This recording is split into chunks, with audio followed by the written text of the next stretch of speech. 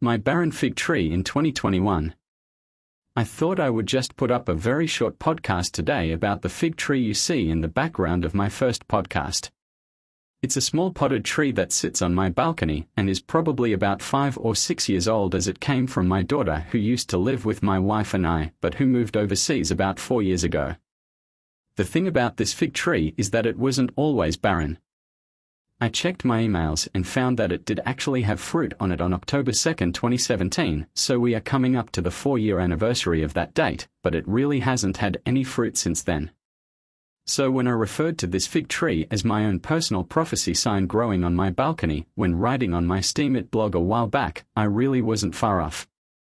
For this podcast I have added a few photos of the tree as it has appeared over the years. It tends to lose its leaves in the winter, so you will see in the past it had a lot more leaves than it does now. The first 2 photos featured in this podcast were taken over the last few days, but the others are older photos from a year or 2 back.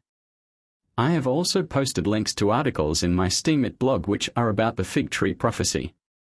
As I mentioned in my previous podcast, there is a high rapture watch time coming up on October 7th to 8th, and I am linking that date to the Draconid meteor shower that appeared in October 2017 shortly after the Revelation 12 sign. For more on that, check out the links I have posted. That's all for now. As always, if you like this podcast, please like and subscribe, and I will see you on the other side, if the Lord does not tarry.